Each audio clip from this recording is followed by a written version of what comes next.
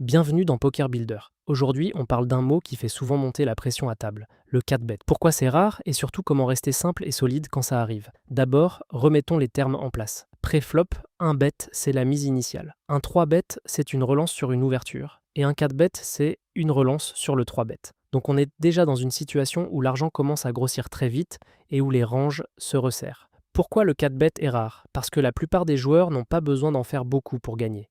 À faible et moyenne limite, la majorité des 3 bêtes sont déjà assez sérieux. Et quand quelqu'un 4 bêtes, il représente souvent des mains très fortes. Résultat, faire un 4 bêtes en bluff n'est pas impossible, mais c'est un outil avancé, qui demande des lectures, des profils, des positions et une bonne maîtrise des tailles de tapis. Donc si tu débutes, la bonne nouvelle c'est que tu peux rester très simple. Le but de cet épisode, dédramatiser et te donner une règle prudente. La règle simple, version débutant. Au début, 4 bêtes surtout avec tes très fortes mains et fais très peu de bluff. Dans la pratique, ça veut dire AA et KK en priorité. Parfois QQ et AK selon les situations, et très rarement un bluff. Pourquoi? Parce que ces mains ont une excellente valeur contre la range de 3 bêtes adverses, et elles supportent très bien de mettre beaucoup d'argent pré-flop. Passons à l'exemple obligatoire, concret, et exactement le genre de spot où le 4-bet est facile. Tu es au bouton, tu open à 2,5 blindes. La petite blinde de 3 baies. Tu regardes ta main. Tu as roi-roi, donc KK. Ici, tu 4 bêtes. Pourquoi c'est un 4 baies automatique? 1. KK est une main premium. 2. Si tu payes juste, tu laisses vilain voir un flop avec plein de mains qui ont de l'équité contre toi, et tu risques de jouer un pot compliqué. 3. Tu veux construire le pot contre toutes les mains fortes que vilain peut avoir, et aussi contre des mains moins fortes avec lesquelles il peut s'emballer. 4. Tu simplifies le coup, tu mets la pression, tu prends l'initiative, et tu te mets dans une situation où les décisions sont plus claires.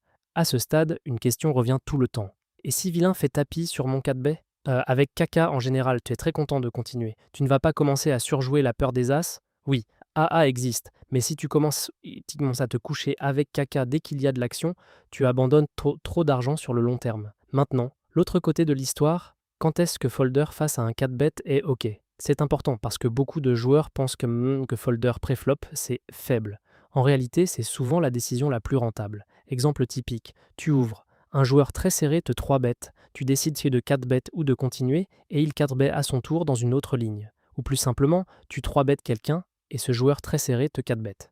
Dans ces spots, si le profil est vraiment tight et que ces 4 bêtes représentent principalement AA, KK et parfois QQ, AK, tu peux tout à fait folder des mains pourtant jolies. Prenons l'exemple demandé, AQ contre un joueur très serré. Si tu as As-Dame que tu te fais 4 bêtes par un joueur qui ne s'emballe jamais, folder est souvent la meilleure option. Pourquoi? Parce que contre une range de 4 bêtes très forte, AQ est souvent dominé. Tu vas tomber contre AK, AQ est alors derrière. Tu vas tomber contre AA, tu es presque mort. Contre KK ou QQ, tu es en difficulté. Et même quand tu touches un As ou une Dame au flop, tu n'es pas toujours tranquille, parce que vilain peut avoir mieux. Donc oui, folder AQ pré-flop, parfois même assez facilement, c'est une preuve de discipline, pas de faiblesse. Parlons maintenant des pièges psychologiques, parce que le 4-bet déclenche souvent l'ego. Le piège numéro 1, c'est la phrase « je ne peux pas folder ça ». On l'entend pour JG, QQ, EK, et même parfois pour des mains encore plus moyennes.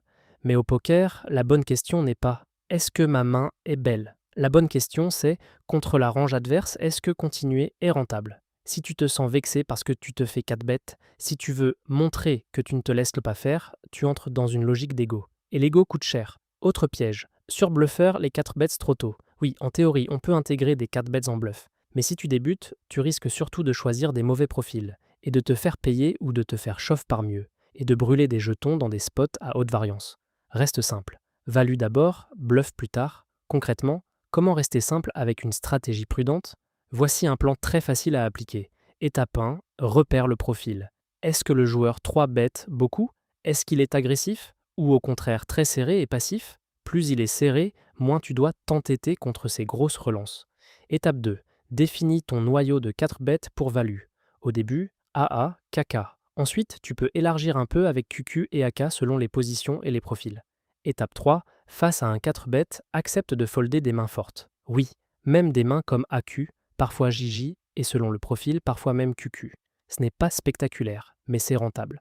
Étape 4. Évite les décisions compliquées. Si tu ne sais pas quoi faire, la ligne prudente est souvent moins de bluff, plus de fold contre les profils très serrés et plus de value quand tu as une premium. Mini exercice pour terminer. Imagine la scène, tu 3 baies un joueur très serré. Il te 4 bêtes. Tu as valet-valet donc JG. Question.